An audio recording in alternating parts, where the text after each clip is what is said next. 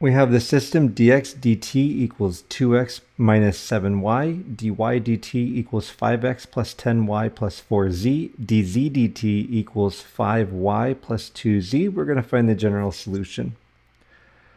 First, we'll note that the coefficient matrix A is 2, negative 7, 0, 5, 10, 4, 0, 5, 2.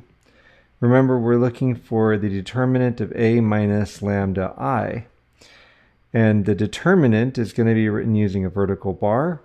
And remember, we said that minus lambda I will have the effect of subtracting lambda from the diagonal entries from the upper left to the lower right.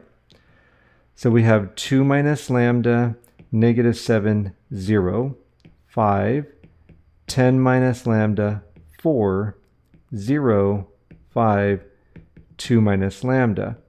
That determinant equals 0 is going to give us our characteristic equation.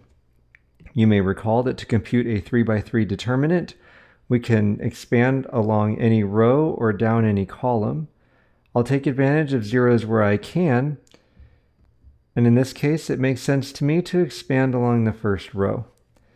In order to do that, I'm going to write down 2 minus lambda, and then visually cross out the row and column that contain that entry, and write down the 2 by 2 determinant of what's left, 10 minus lambda, 4, 5, 2 minus lambda.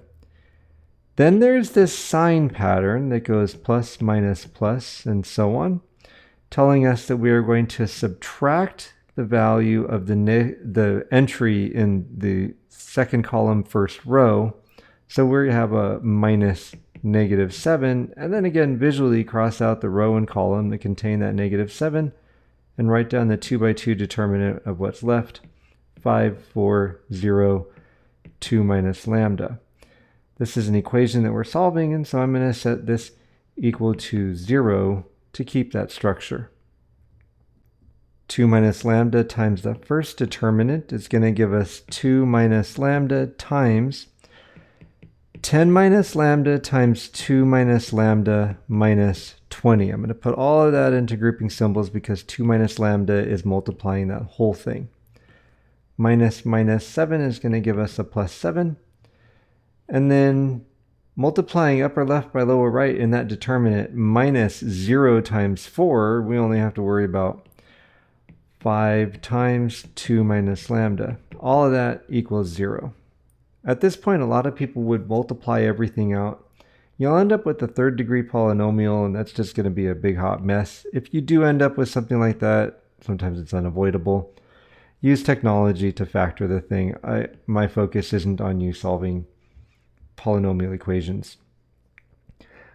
In this case, though, I notice that there's a factor of 2 minus lambda in both of our terms. If I factor that out and then simplify what's left, we have 2 minus lambda times lambda squared minus 12 lambda plus 20 minus 20 plus 35, where that 35 is coming from the 7 times 5 term, equals 0. Of course, the 20s subtract out.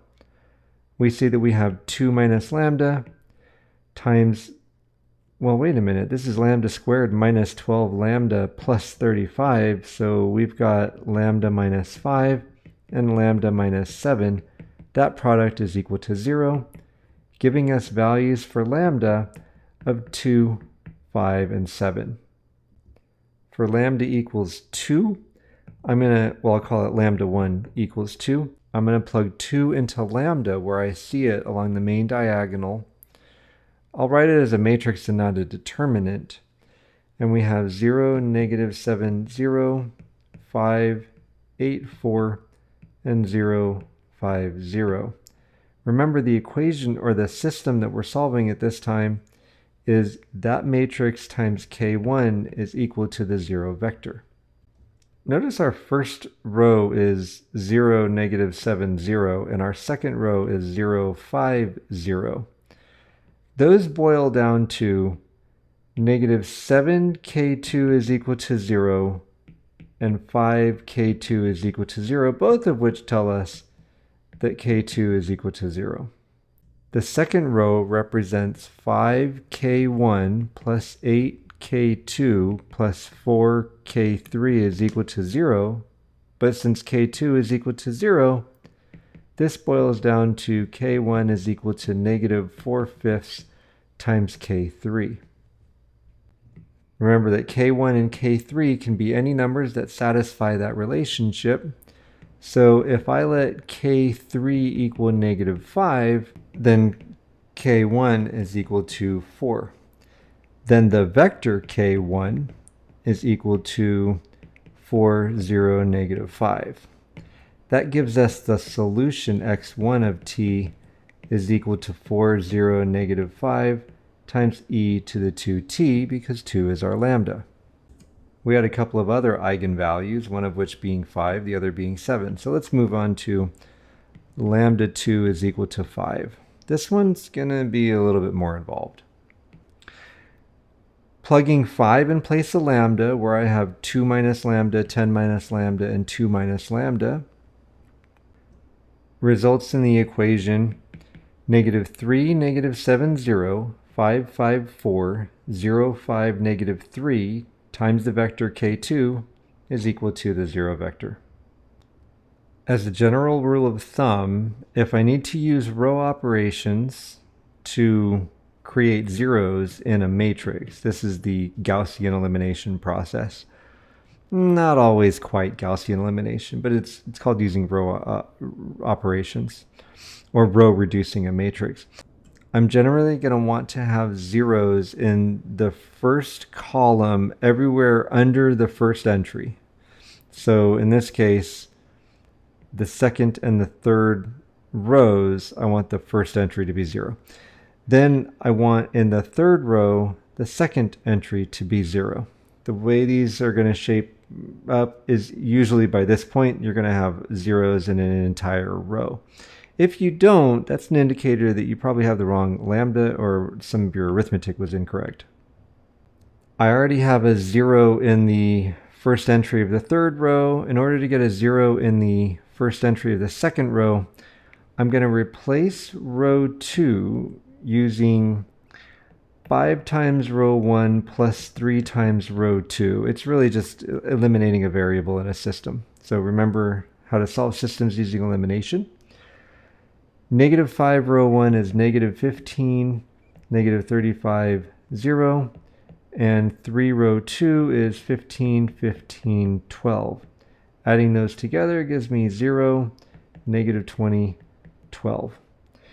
You'll notice that every number there is either 0 or a multiple of 4. I guess they're all multiples of 4. So dividing by 4 is going to give us 0, 5, negative 3. I said we were going to replace row 2 with that result, so let's go ahead and do that. Negative 3, negative 7, 0, 0, 5, negative 3, and then 0, 5, negative 3. Technically, I should be putting this into the structure of an augmented matrix, but there are zeros on the right. Those will never change by doing anything that we just did, so I'm going to say writing those zeros is optional even in this structure here.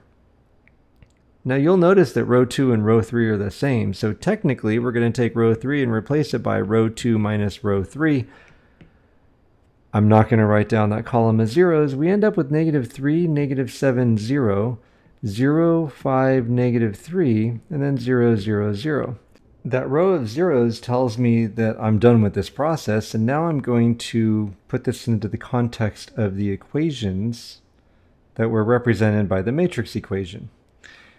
And in terms of the entries of k, the eigenvector, we have negative 3k1 minus 7k2 is equal to 0. That's from the first row. The second row is going to give me 5k2 minus 3k3 is equal to 0.